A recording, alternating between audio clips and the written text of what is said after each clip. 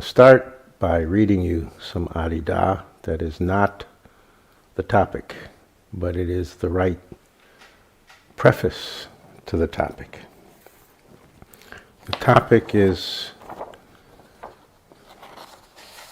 the entire essence of discipleship. The title of the discourse refers to discipleship itself. The purpose of discipleship, the nature of discipleship, the meaning of discipleship. So plug in that understanding as the context. Everybody following along? Because you've got to really pay attention to this. This is tough stuff. And not only is it tough stuff, but everything in you is geared to not want to hear it, not want to understand it, not want to accept it, and not want to do it. That's called ego. All right, listen to Adida. And it's a whole page. I might not read the whole page, but bear with it because it's very explanatory. Fun and suffering are two sides of a self-replicating cycle. People who embrace the conventions of the social world in order to maximize fun and pleasure inevitably must struggle with mortality, disease, and bodily stresses. Most such people cannot even imagine living a principled physical existence in which they're naturally free of the cycle of pleasure, disease, and suffering. Ultimate freedom, transcendental spiritual freedom, is something else again, a spiritual matter. Yet the natural bodily freedom of which I speak may be enjoyed by anyone. The usual person does not, in general, embrace the disciplining that bodily well-being requires, unless he or she has no choice, having become so physically degraded as to be forced to change his or her habit of life. Only then does such a person choose to live, at least to some degree, in such a manner as to become healthy. So, are you following? He's talking about the well-being of the body, but it also, the discipline he's talking about also refers to the discipline of spiritual life, not just of bodily health. It is possible, however, to choose the lawful physical practice all your life. By tendency, people break out of such a practice into the fun and suffering worldliness that is everywhere propagandized in their society.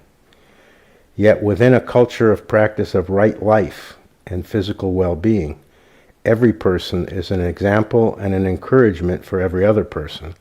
He's talking about Sangha, an inspiration to lawful practices of all kinds, the practice of right life, as well as, in reference to diet and health, as well as spiritual life. Well-being should be the sign in such a culture of inspiration and expectation, a culture that transcends the dramatizing of reluctance to discipline the body-mind self, and the constant fascination with the results of an unprincipled life. In the culture of the radical reality way just means spiritual life, spiritual way of being truly in spiritual life. In the culture of the radical reality way, right life is practiced, and the signs are shown in every person for all to observe. So what are these signs he's talking about? They're what I've been referring to. This person is experiencing let go. This person is experiencing ecstasy or bliss every day for a month now. This person is realizing that and having a direct experience of how they exist and don't exist at the same time. These are the signs, when we're talking about the spiritual, these are the signs that he's referring to. In this Sangha, those signs are happening. He's saying that's inspiration and encouragement to everyone else, for all to observe. Following? In a merely social gathering, people seek to preserve egoity and the habits of suffering. Listen to what people say. What do they constantly inspire in one another? The exploitation of egoity and the life of bondage to the body and the world.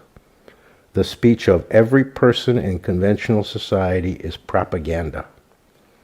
Good company, or the company of those who inspire and expect the practice of right life in one another, is fundamental to the practice of the reality way. Bad company does not so inspire.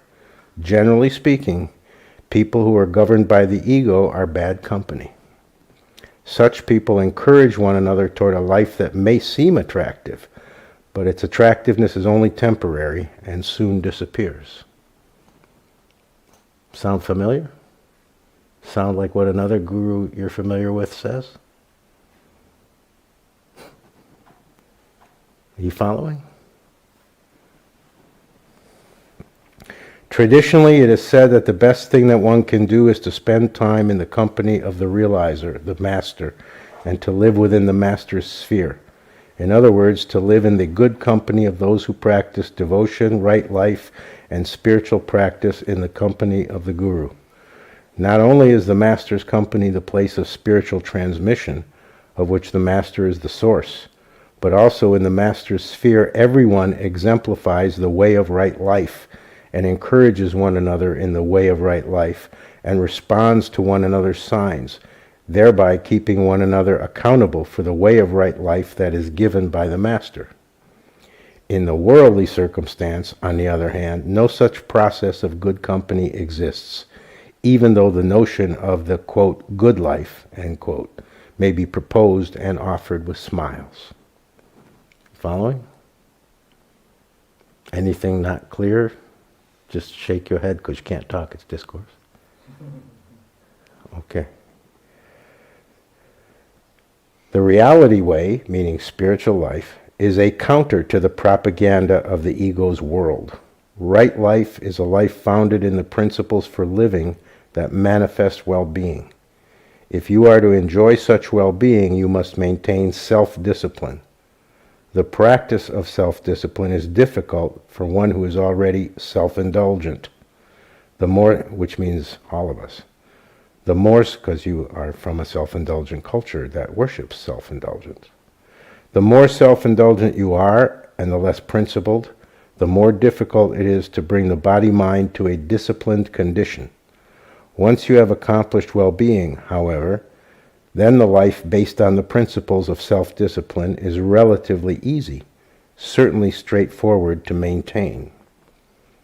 In the reality way, my disciple embraces principles of right life management in devotional obedience to me. My disciple proves his or her practice of right life by demonstrating well-being.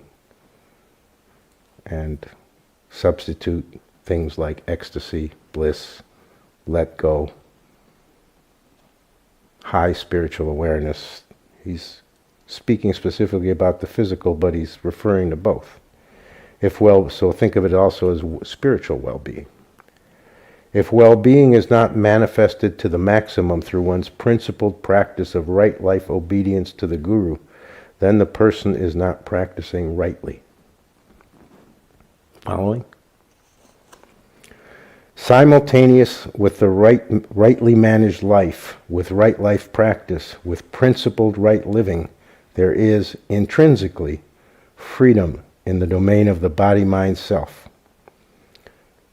The practice relinquishes ego bondage and the indulgence of life as an ego, or indulgence in the exploitation of money, food, sex, and social egotism. All these dimensions of ordinary life are subject to disciplines through right life obedience to the guru, until well-being is demonstrated, and coincident with that well-being, there is intrinsic human freedom.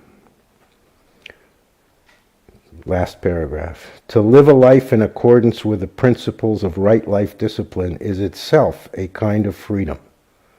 The devotional practice of the reality way is intrinsically ego transcending. I've been saying this to you for years. The right life practice of obedience to the Guru is intrinsically a demonstration of well-being and freedom in the domain of the body-mind self. Did you get all that? Sure you did.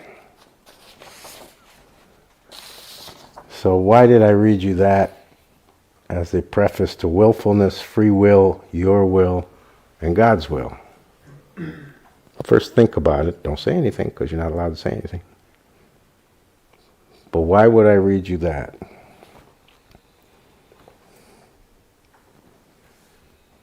Bum bum bum bum bum bum bum bum bum bum bum bum ba ba ba ba ba bum bum bum bum bum bum bum bum ba bum bum bum bum bum bum bum. Okay, Alex, what's the answer? Because the subject, although it doesn't sound like it on the surface, willfulness, free will, your will, and God's will. The context of that subject is the D word, discipline. That subject is all about discipline. Remember, discipline. What word is in the word discipline? Right, disciple. So when you become a disciple, usually you don't have any clue that you've said to the universe, I am willing for the disciplined life. The disciple life is the disciplined life, not self-indulgent.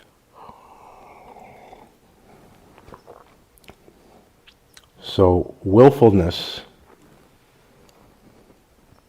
essentially, is the refusal to adopt the spiritual life, the real spiritual life's requirement of disciplined life. That's the base for disciples. I'm not talking about ordinary people. For disciples, the basis that willfulness as a context continues to operate in is essentially the refusal to live as a disciple, which means adopt the disciplines that bring well-being in daily life and spiritual well-being.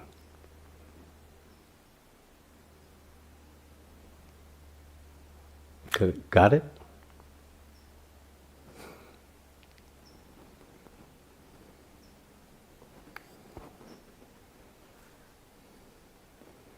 So willfulness, free will, your will, and God's will.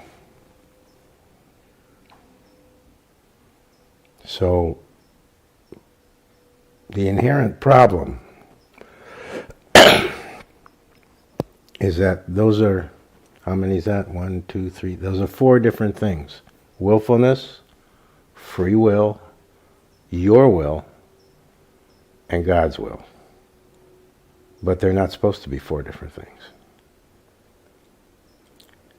The spoiler is willfulness. So, do human beings have free will? This is a huge question that humanity has wrestled with from the beginning. From the beginning of being able to think rationally rather than grunt. Because even if you grunt rationally, you're not thinking right yet.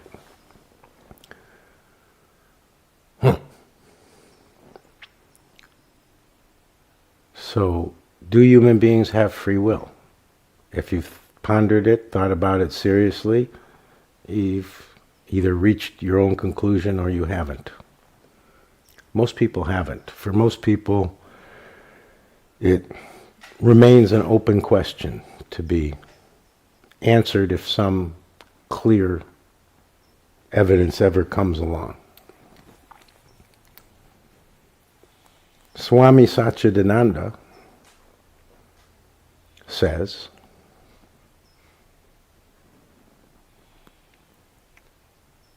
it doesn't matter. Choose one or the other. Either and live accordingly.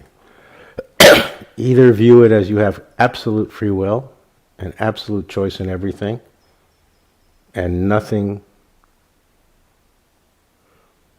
other than that is the case. God doesn't tell you how to live, and there's no real required destiny. Fate is just a concept. It's all your choice. Either believe that 100%, either adopt that as your view. If you're going to say human beings have free will, then really say it, meaning say they have absolute and complete free will, not a little bit or 50%, or in these things they have free will, but in these things they don't. Be really rational and say, okay, if human beings have free will, then they have total free will. And if that doesn't appeal to you, and the opposite appeals more, then adopt that as your view of it. That there's no free will for human beings. It's all God's will. It's all what the universe decides. It's absolutely predestined. Every word out of your mouth was chosen for you. Before you were ever born, it was all laid out. And you're just living out the script. You're just getting to experience the life that seems like you're choosing, seems like it's your free will, but it's being fed to you without you realizing it. You're simply living it out. So commit yourself, Swami Satchidananda says, to one or the other. Don't be wishy-washy. Don't be half-hearted. Don't be halfway. And don't be concerned with being right, because this is a practical question, is what he's really saying. And in that sense, he's certainly correct. Choose one or the other and make that your way. I have total free will. It's all up to me, so I better choose wisely. Or God has chosen for me. That's why the things that happen, happen. They're what God intends. They're part of the divine plan. And I don't have to worry. Doesn't mean take a nap and never choose. It means I understand my choices are divinely ordained. Choose one or the other and view life through that lens. That's his advice. It's very, very excellent, spiritually profound advice. So first we have to say that you can't expect, and you do, everybody expects. You can't expect a final answer from the outside. And that's what people do really expect and want. Well, tell us what the truth is. And people never quite get it, that the truth can't be told. Never quite get it, that the truth is not a bunch of fixed points, fixed concepts. It's this and this and this. That's not the nature of truth. You will never ever hear the truth. You can come to the truth, you can know the truth, you can even be the truth, but you can't be told the truth because the truth can't be said. It can be transmitted as a state, but it can't be said in words. And that's what you're waiting for. You're waiting for the guru or somebody else or the right book to run across finally, aha, there it is. This is what I've been waiting for my whole life. There's the truth. And now I know what it is. You're waiting for it like the answers to a test question, where you want to get an A+, you want to get a 100% score, and you're waiting for the answer to be given. And you're going to wait forever, because truth doesn't operate like that, can't be codified or conceptualized that way. You have to get a better sense of the profound, non-capturable nature of truth. Because when you really get established in truth, it'll be crystal clear to you that you didn't get the truth got you. You become part of it, you become available to it.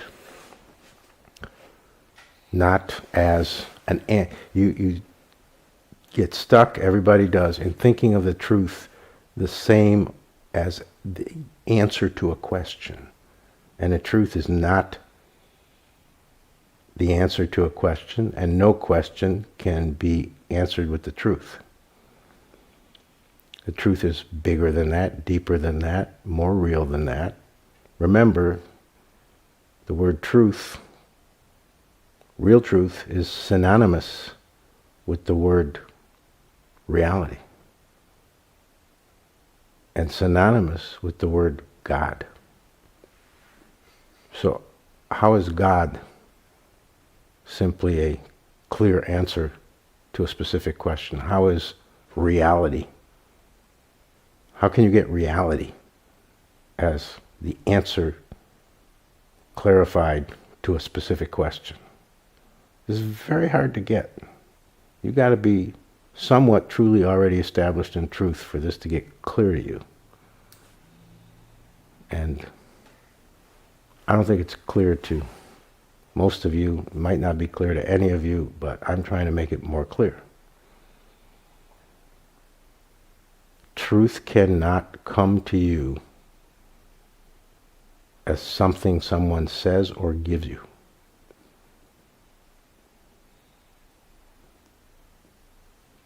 Okay? So that's the context for the statement. That's Swami Satchidananda's advice of choose one or the other and commit yourself to it. In other words, live accordingly. See the world, see life, see everything on that basis, as that's what it is. Either I'm totally acting with free will, it's all my choice, or there is no such thing and it's all preordained. He can say that as practical advice because he knows clear as day that truth is not the answer to a question, can't be told. He knows what truth is.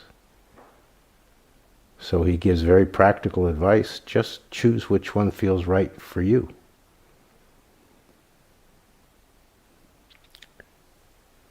I certainly endorse that view, but I'm not going to speak about this topic because we are talking about free will. I'm not going to speak about the topic of free will from that optional position. I'm going to speak about free will as if absolutely you have free will. Because how can you speak about a topic if right off the bat you say, well, it may not be so? You're invalidating the whole subject. So understand, but why am I going to great pains to explain all this? Because you have to understand that when I speak about free will, I'm not endorsing the concept that you have it. I'm simply explaining that if you do, I'm explaining it on the basis of if you do have it, or if you don't have it, if you were to have it as human beings. I'm not saying free will exists or doesn't exist. I'm just saying as an understanding what is free will. If we're going to discuss it meaningfully, we have to start from the position that, okay, let's assume you have true free will. Got it? I like this head bobbing thing.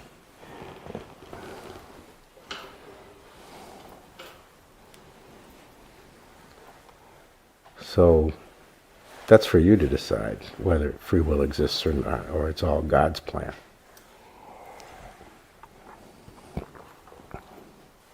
Maybe it's God's plan for you to have free will. You would like, I'll say it again, you would like the Guru to answer all these existential questions for you, and that can't be done. It's your spiritual quest that answers it. It's your experience, and it's your spiritual advancement that gives you the right view and the best approach. Okay. So, assuming you have free will, here's the first problem within the context of this topic. Even if you have total free will,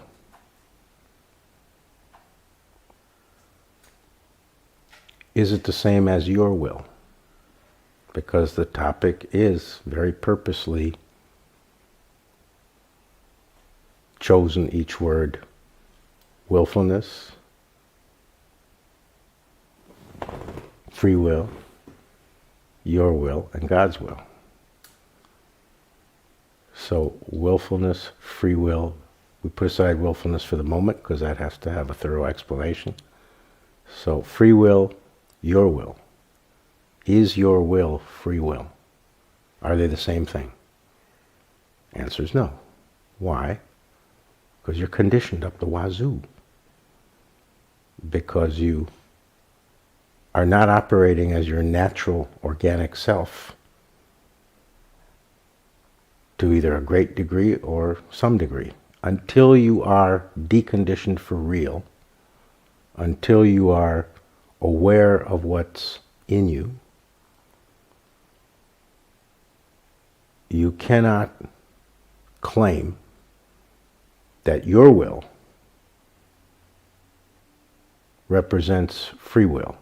You're influenced by everything under the sun that isn't you and isn't what you would choose. Get it?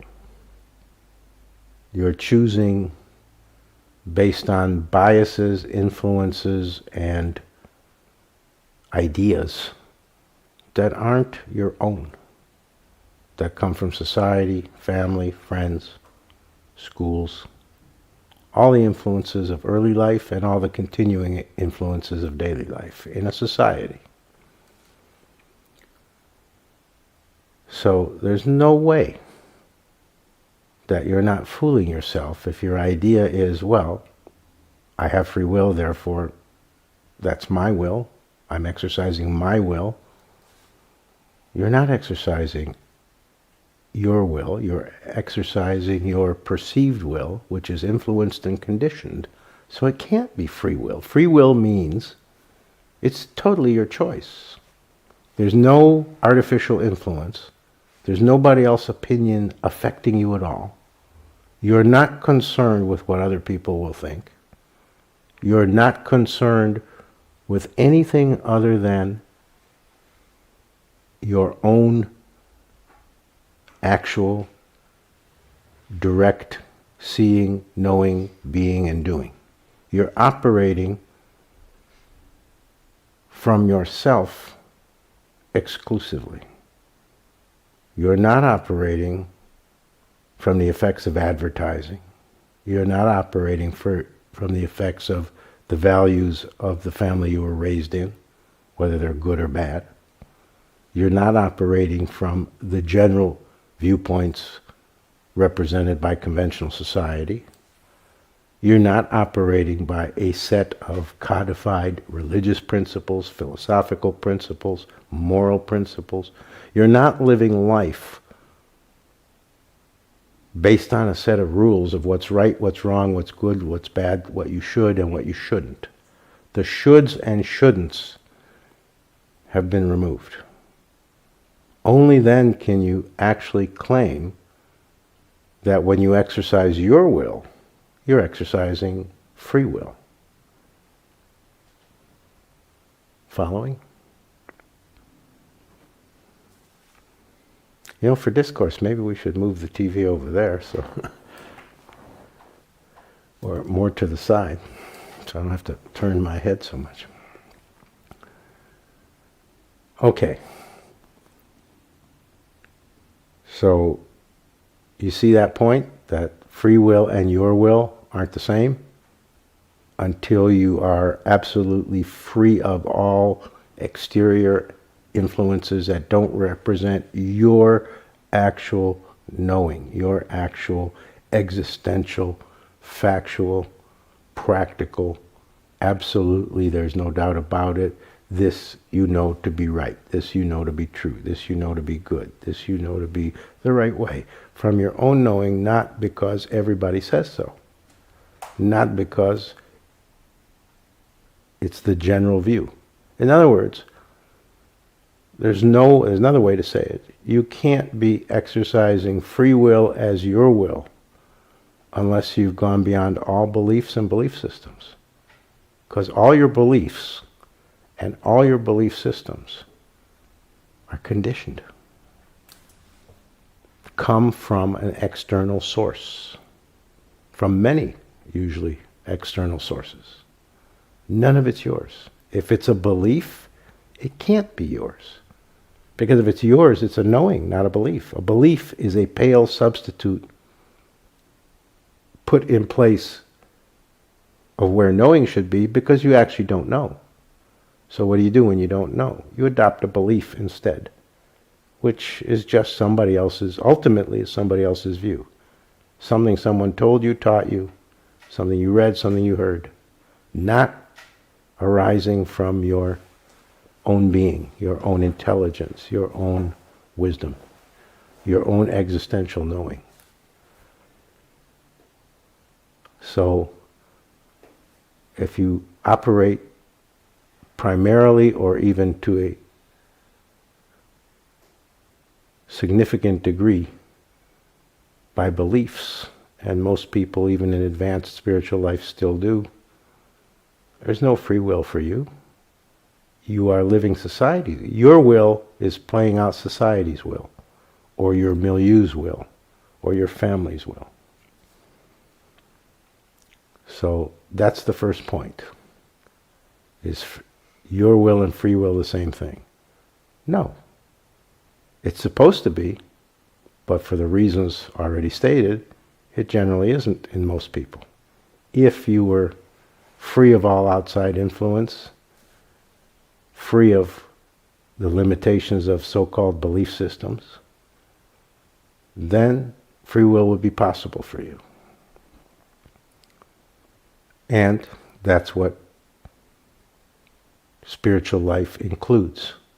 Getting free of all those things so you can start to know what your will is.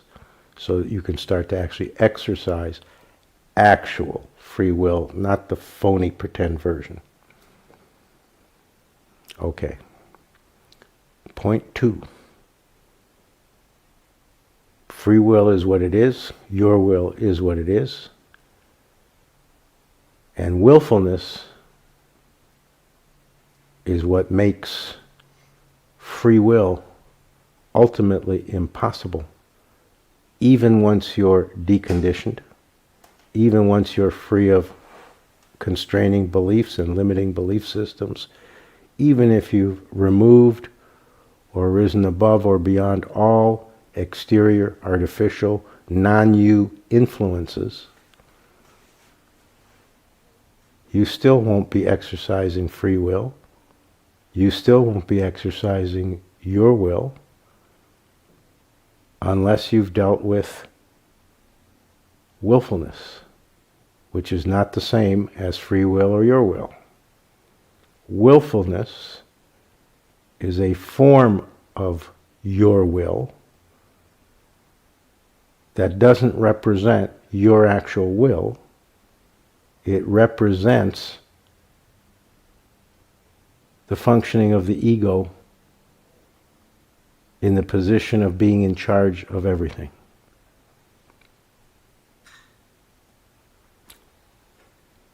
Let me confuse you really good, because the truth sounds paradoxical, sounds like you're saying two opposite things, and if it's the truth, it just sounds that way. It never is.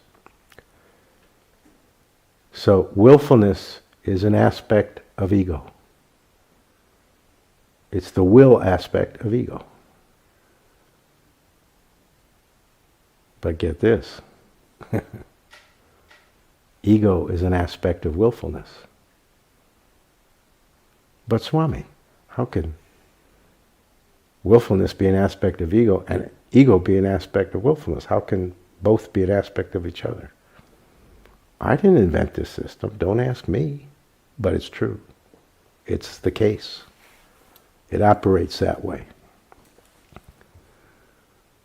So, if you're not sure what willfulness is,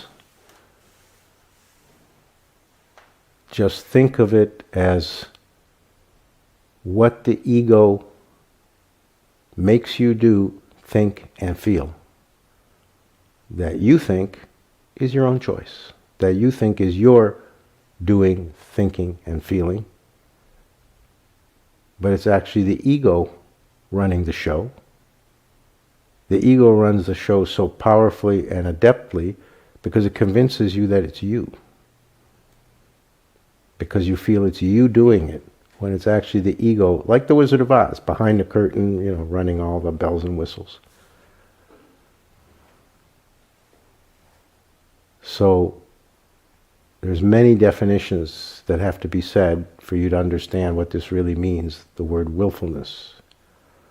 So it also means exercising what you feel to be your will, but it isn't motivated by the power of will. It's motivated by preferences, attractions and repulsions, obsessions, simple likes and dislikes, and the general childish requirement of getting your own way. Willfulness is the childish need to have it the way you think it should be, or the way you want it to be. It's simply stated, it's insisting on your own way. Others should assist with you getting your way. People shouldn't stand in the way. People shouldn't disagree. People shouldn't tell you no. If it's what you want, they should say yes. Or why not? At the very least, be neutral, not be a barrier, not get in your way. So willfulness in the adult, and everybody has a huge amount of it, is technically, on a practical etiology basis, is a holdover from childhood. You learn willfulness in childhood. As you grow up, as you interact with your family, with the world, with life, you develop willfulness. The effective techniques for getting what you want. Effective techniques, effective just means you make them work for you. They work for you. They may be terrible, but they work. And they may be fine, but the hallmark is that they work. They're effective. Effective techniques for getting your way. Effective techniques for getting what you want. Now, you can probably sniff the problem at this point. What I said before, link it up with what I'm saying now. If your willfulness is your own mind's, your own ego's way of getting what you think you want, and what you prefer, and what you think is best, as if you're the best judge always. Willfulness assumes you're the best judge, no matter what, always. If that's what willfulness is, but you don't really have any true free will yet, and you're mistaking your will as free will when it's not free, willfulness becomes really, really sticky. Becomes a source of all kinds of problems. In other words, you think you're trying to get your preference, but you're doing something much more extreme. You think you're simply trying to get things the way you like, but you're actually very aggressively imposing something on life, on existence, on other people. It operates in a much more forceful way than the person themselves can feel or recognize or perceive. So when willfulness is operating, which if you're the average person and the average disciple, means about 23 hours and 59 minutes a day, you are operating with much more aggressive force than you're aware. In other words, that aggressive force is keeping life out and saying, I'm going to be in a continuous selective process, life, Listen here, life. Listen here, universe. I'm going to be in a continuous process of selectivity. I want that, I want that, I want that, and I also definitely don't want that, because not wanting is the same as wanting. It's just saying what you don't want. So that selectivity, that willfulness, that rising up of ego in response to every moment of life, is saying to life, is saying to existence, I don't want what you're giving, I want what I am choosing. Listen here, existence. Listen here, universe. I know best. I know better than you. Therefore, when I say this is what I want, or this is what I like, or this is what I prefer, that's certainly way better than whatever you have in mind for me. And the universe does have something in mind for you. We'll get to that. That's the God's will part. So your assumption is that nothing is in mind for you and it's up to you, and why shouldn't you exercise your preferences? And you never observe scientifically enough, closely enough your own life, the workings of your own mind, how your ego usurps. Therefore you don't notice that it's only a masquerade. They're not really your preferences because you're not in your right mind. The ego is choosing. So they're not your preferences, they're the ego's preferences, which you experience as your preferences. That's the trick. That's the ego's ultimate trick that makes it so effective, makes it run your life, you don't even notice. You don't even know it's doing it. You think it's you. It masquerades as you. It is the best mimic of you there'll ever be.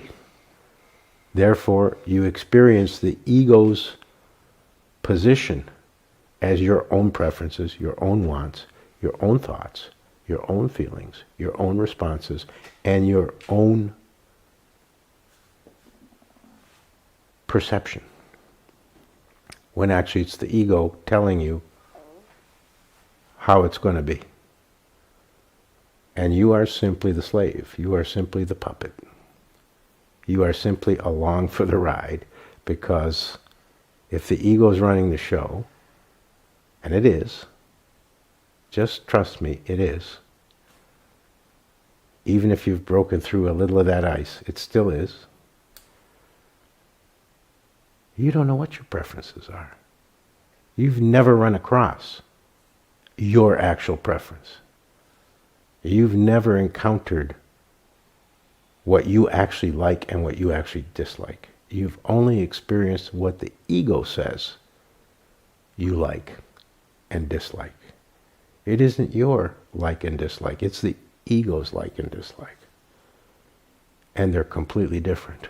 If you knew your own mind, if the ego was vanquished and you saw clearly yourself, what's right for you,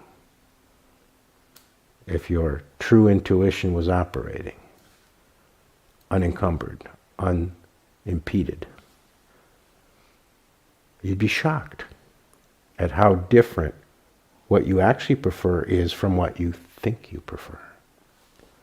What you actually want versus what you think you want. So you have to change your view of it when you feel a want, when you feel a preference, when you feel a, oh, I really like that. You have to start saying to yourself, aha, my ego says I really like that. Instead of assuming that because it feels absolutely true that you like it. I mean, this is a very advanced spiritual practice. It's only for those who are ready for the tough stuff. If you can remind yourself, man, I really like that. If you can remind yourself in that moment, actually, I really don't know if I like it or not, but I do know the ego wants me to like it, wants me to believe I like it, wants me to choose it, wants me to follow its way, because it sees me as the slave and itself as the master.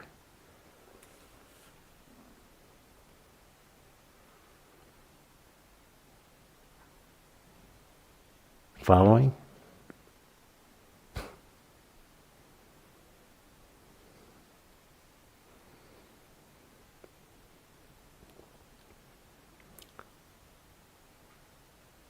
So as long as willfulness is ruling the day,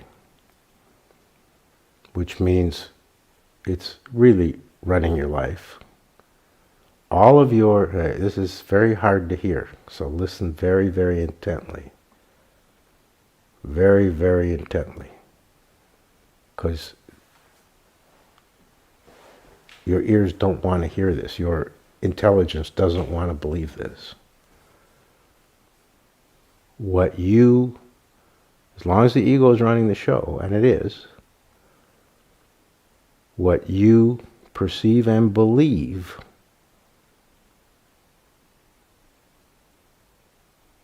is your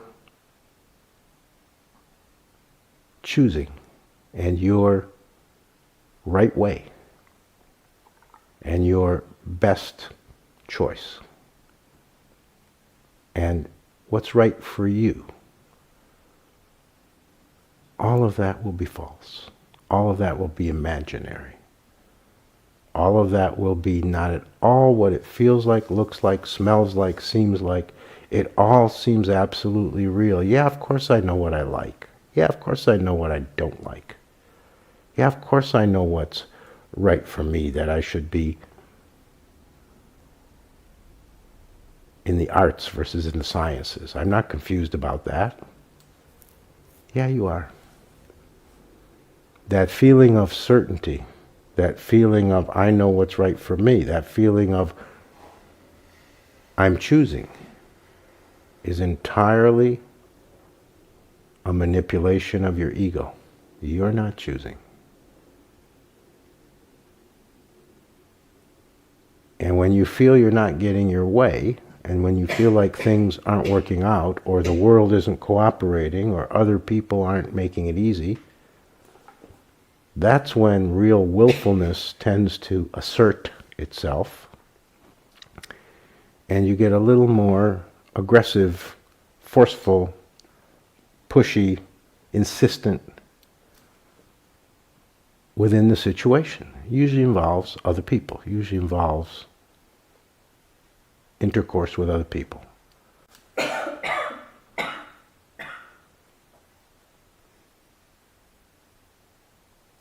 So you see it as you doing right by yourself, or trying to make things the way that's best.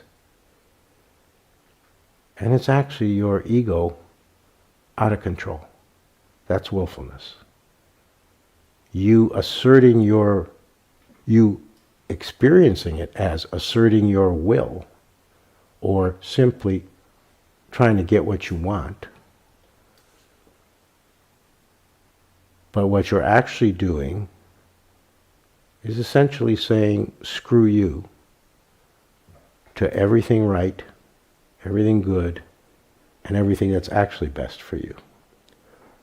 Your willfulness is the actual enemy. The ego is not the enemy. The mind is not the enemy. Making mistakes is not the enemy. Insufficient awareness is not the enemy. There's no enemy out there for real. Satan's not your enemy. But there is one. Your willfulness. That's your spiritual enemy. Your willfulness is what trips you up every single time. Your willfulness is what leads you down a false path, all the while being absolutely convinced, you're absolutely sure that it's the right path, because everything in you says so, and you never look close enough to hear the voice that's saying it, and the fact that it actually isn't your voice, it's the ego's voice. You hear it as your voice, but if you listened closer, really close, scientifically astute, observing and listening with every fiber of your being, really being open to it, you would notice it's not your voice. It's not your heart. It's not your mind. It's the ego's vice grip hold on you. And it plays out as willfulness. It plays out as a feeling that it's right to be a little insistent about getting your way. And it even, of course, especially includes all the tiniest things. The tiniest things. Well, of course I should be sitting in a chair that's at least minimally comfortable. If the chair isn't comfortable enough, wow, something is really wrong. You don't have that thought. But your willfulness, unconsciously, in your unconscious mind, your willfulness has that thought. You feel majorly assaulted if the chair is just not quite the standard where you could say it's in any small way comfortable. If you notice it's actually uncomfortable and there's no way to get comfortable, you are wildly offended. You feel absolutely mistreated. The world has spit in your face. Of course, you're not aware of any of this. You just think that chair's not very comfortable. But in your unconscious mind, willfulness is going berserk, throwing a tantrum. And it comes out in your thoughts or your feelings as, well, I'm not coming back here, their chairs aren't good enough. Now maybe you're somewhere that's the most important place you could ever be in your life, but you'll abandon it because the chair wasn't comfortable enough.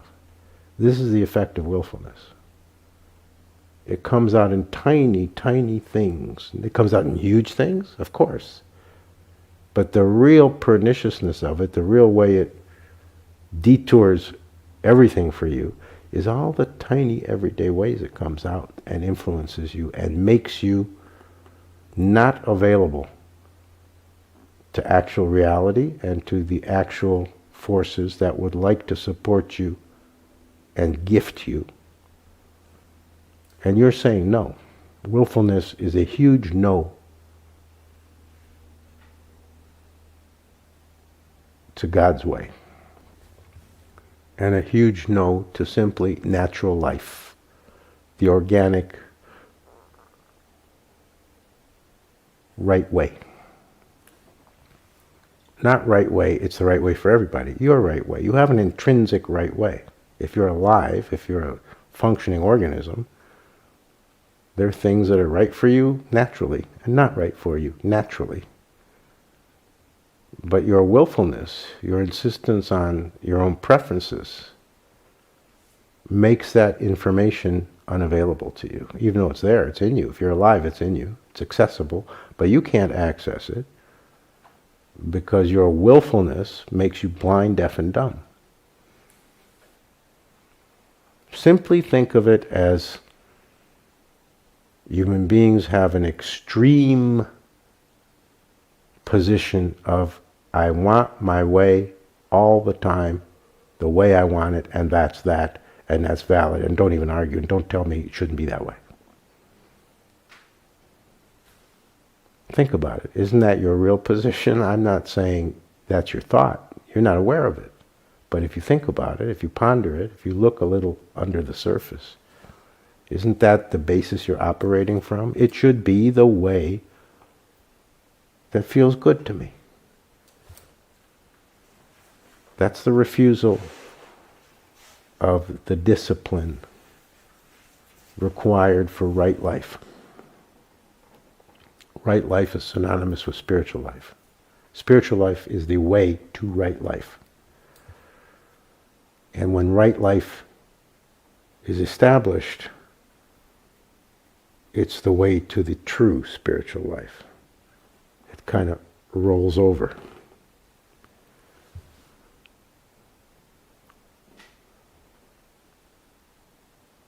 Following? Okay?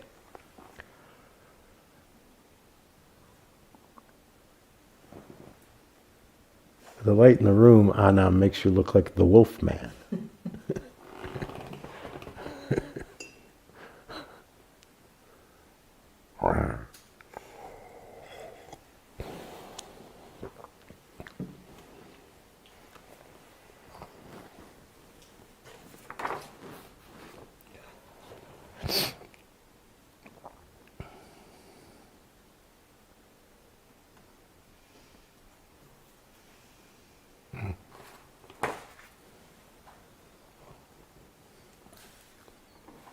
Okay, so willfulness, in terms of your own perception of yourself and your experience of life, it's absolutely the case that willfulness, free will, and what you think of or perceive as your will are all jumbled together. You don't have a clear distinction in you that you can point to and say, well, I know it's like this. That demarcates those three as here's my willfulness, here's what free will looks like, and here's my will. They're all jumbled together in you. And the reason is willfulness. Willfulness grabs it all, bites into it, ties itself up with the rest, and won't let go.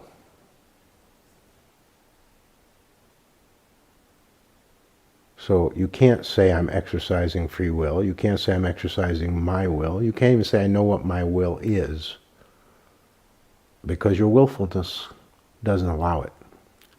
Gives you absolute blindness in regard to your own will and in regard to any experience of exercising free will. It's all jumbled up. It's all confused and fused, which is, of course, not the way it is meant to be.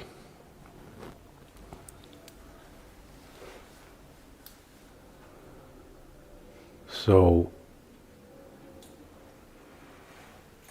the thing that people really don't want to hear is that it's actually true that you must give up willfulness. If you're in spiritual life and you're sincere, and everybody I talk to is, it's bad news. You don't get a choice about that. If you don't surmount, subjugate, vanquish, overcome your own immense willfulness, and it's immense. You think it's just some willfulness, it's immense.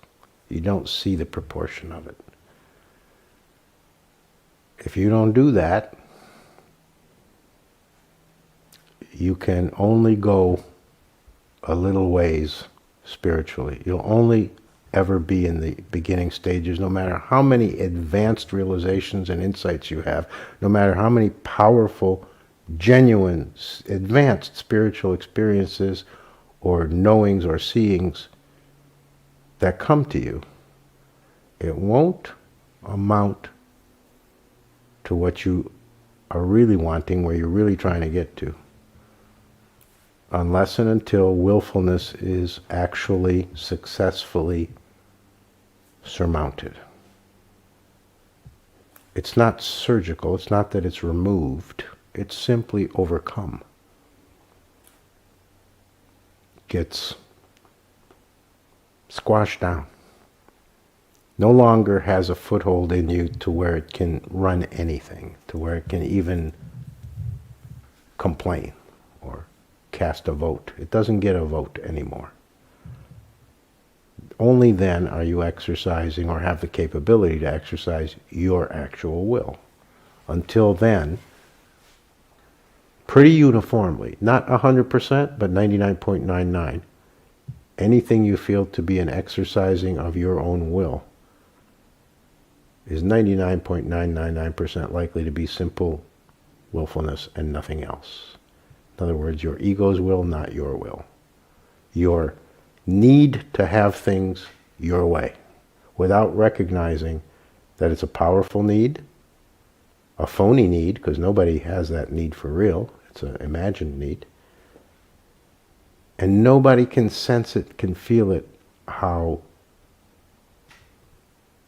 strong it is, the idea of it needs to be what I want. I have to have my way. You don't experience it as I have to have my way.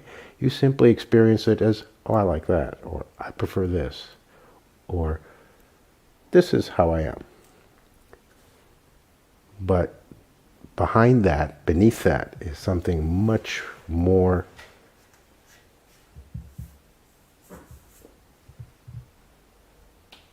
hard to ferret out, going on. A forceful, aggressive, enslaving mentality that is no different than a 2-year-old throwing a tantrum. And that's willfulness.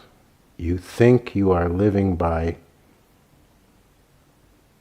your likes and dislikes or your natural tendencies, and instead you don't ever wake up to the fact that you're living as the slave of your own willfulness, because you think your willfulness is in a funny way in service to you, and it isn't in any way in service to you. You're enslaved by it. It is the complete and utter unprincipled, undisciplined way of living. Makes everything harder, makes everything not the real you, and all along the way is fooling you that this is the real you. So, I don't know. I call it bad news because I know how much people don't want to hear it, don't like hearing it. And that's just your own ego reacting because it knows that we're talking about killing it.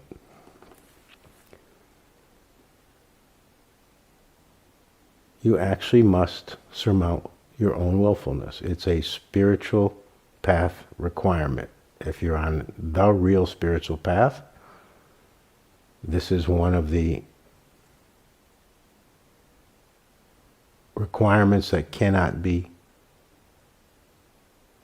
futzed around with. Oh, I'll do it 50%. Sorry, doesn't cut it. So everybody says, well, yeah, of course I want God's will. Can't happen, won't happen, doesn't happen. How in the world are you going to know God's will when you're being led around by the nose by your own willfulness? People say very sincerely, and of course they mean it, I really want to do God's will. And every time they say that, listen at Ikoda when people say that, because every time it's followed by, but I don't know what God's will is. How can I know what God's will is? You can't. Only after you've vanquished your own willfulness, then you can. But if that hasn't happened, if you haven't addressed it sufficiently yet, and it takes a long time, it's a long-term project. If you haven't gotten there yet, then the possibility of knowing God's will is simply not an option. Because there's one and only one barrier to knowing God's will: your willfulness. Nothing else operates as a barrier. Nothing else prevents you from being very clear, absolute knowing of what God's will is, what God's will is for you, what God's will is in general. All of that's not hidden, open and available, readily accessible. But there might as well be no such thing as long as willfulness is operating, because with willfulness there is no such thing. No way to know anything about God's will. So you have to stop fooling yourself that it's possible to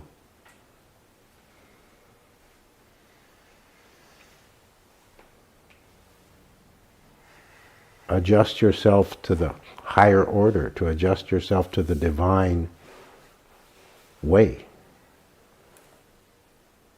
without absolutely getting rid of, surmounting, overcoming. It's one of the hardest things you'll ever do, your own willfulness.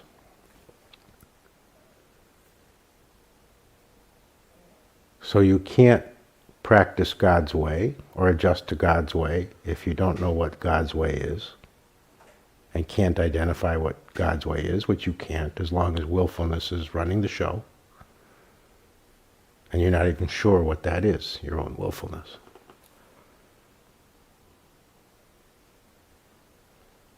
So you have to have a training in how to surmount your own willfulness, and people really want it to be, just tell me, just show me God, just show me your will, show me God's will, and I'll do it.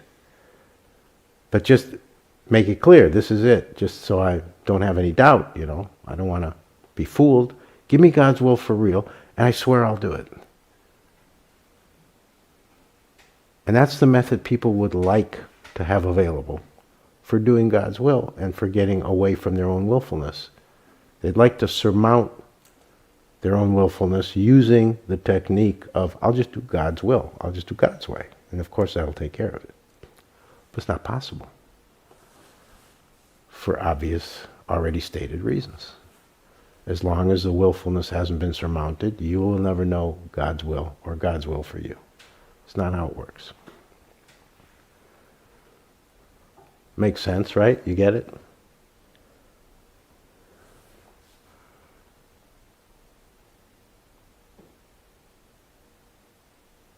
So God gives the disciple a method that will work, because God knows your willfulness isn't going to be surmounted in a day or a week or a month, and usually not even in a year. So you have to have the training to know God's will. You have to have the training to be able to deal with and ultimately vanquish your own willfulness. But you can't do it the way you'd like to, through simply doing God's way, because you can't figure out what that is. So God gives you a method. Right? Can you guess? The Guru's way. Because the Guru is a human being just like you and can actually say, do this. Do my way. Do A, B, and C. Nothing amorphous or cloudy to figure out, no fog, no, oh, does he mean this or does he mean, does God really intend for us to, Guru just says turn left or turn right. And then everything in you, which is your willfulness, says, but why should I do that? Maybe I should go right. I know you're saying turn left, but I kind of feel like I should turn right. See how that works? See how that works?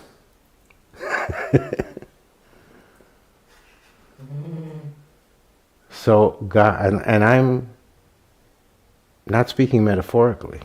Literally, God actually has devised a method for you called discipleship. Since I'm speaking to disciples, I don't think there are any non-disciples present online or in the room. If there are, then just adjust what I'm saying for you. God actually devised a specific training method, knowing that you can't be trained in the ways of God's way, God's will, gives you the training wheels to get there. Can't go there directly, can't go and collect $200, gotta go a circuitous route, because the direct route's not available to you. So he gives you the training method.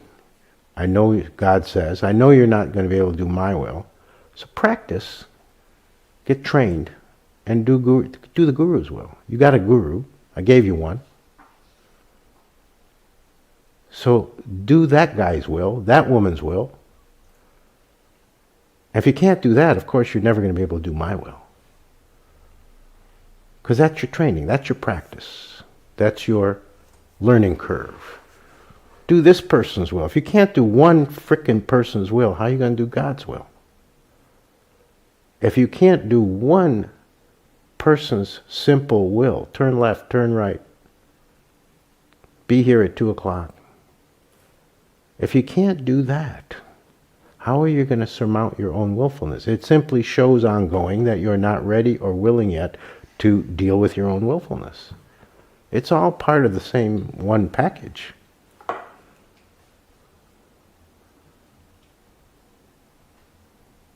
So that's why the word disciple is there from the word discipline, Because the way out of willfulness, the way to vanquish your willfulness, is by doing the discipline of the Guru's will. Each time, in small ways and large ways, when the choice is possible of I can do my will, or what I perceive to be my will, which I now know is my willfulness, or I can do the Guru's will, the Guru's way, what the Guru suggests, or even what the Guru instructs, or even what the Guru directs. That's my choice. My way or their way.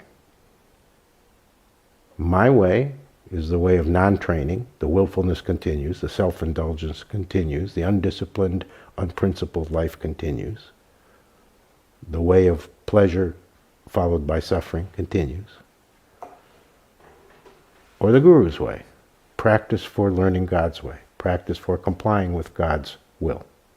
If I comply with the Guru's will for real, I am practicing how to comply with God's will. You don't start at the university, you start in kindergarten. And you work your way up.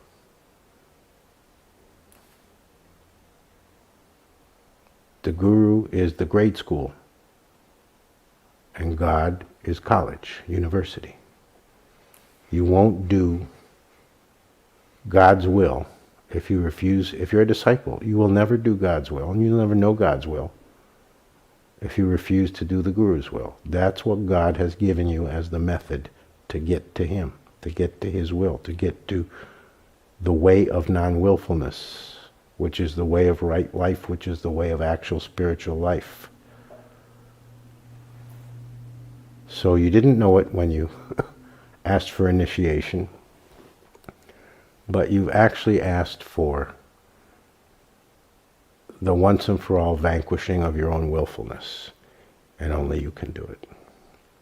I can very effectively assist you, very for real support you, and absolutely continue to encourage you, and everything I've ever given you or asked of you or suggested to you has been and will continue to be in the service of that, and is specifically geared to that. Because that's the whole show, folks. That's the essence of what it's all about.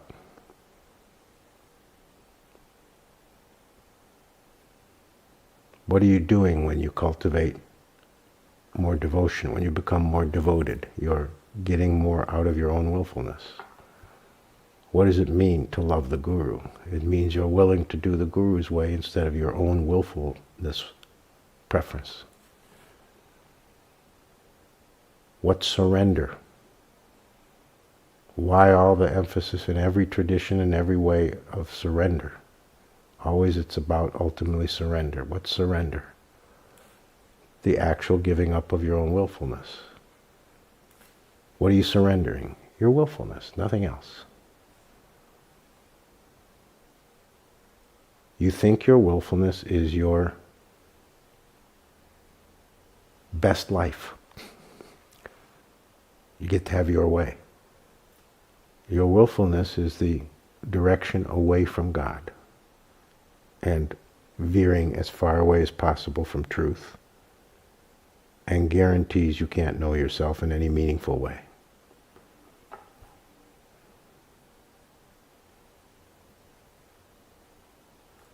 And in this hour and 20 minutes, we've only scratched the surface.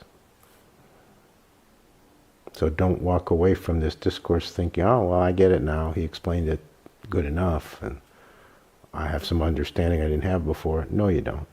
That's your willfulness. That's your ego. Oh, now I get it. People spend lifetimes trying to get this. You're not going to get it in an hour and 20 minutes. So let us know if there's any interest in this being a course, because I need to decide whether I'm going to continue to speak about it as a discourse, which is one mode of putting it in front of you and helping you get it, or as a actual more structured course, which is just another mode. It's not a huge difference, but depends what you're going to go for. I want to give you what you're going to go for, because this is the most important subject there could be. This is not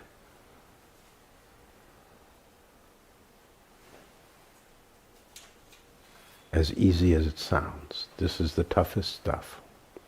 Doesn't sound like it, but it actually is. So I'm serving you best if I'm serving you in the way that you'll come around for it. So I would like to hear whether you would like more discourse evenings as a way to continue with this topic, or an actual more structured course that you sign up for. Discourses are free, and you're always welcome to donate, but not required to. But if it's a course, then we charge something, usually not a lot so far. We've never charged much for a course. So factor that in. But a course is, of course, a horse, of course, and no one can talk to a horse. A course is, of course, a little more involved and goes a little further, gets into it a little more. But if we never have a course and we never have another discourse on it, your discipleship and everything I say to you and everything we do together is absolutely to address this. That's what it's all about. That is what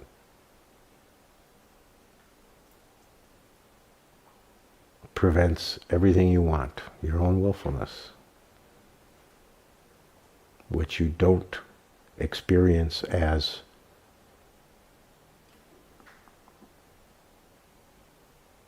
foreign to you or working against you, but it's exactly those things. You actually experience it as simply what you want or like. But every time existence breaks through and gives you what it wants to give you, you're 10 million times better off than what you wanted.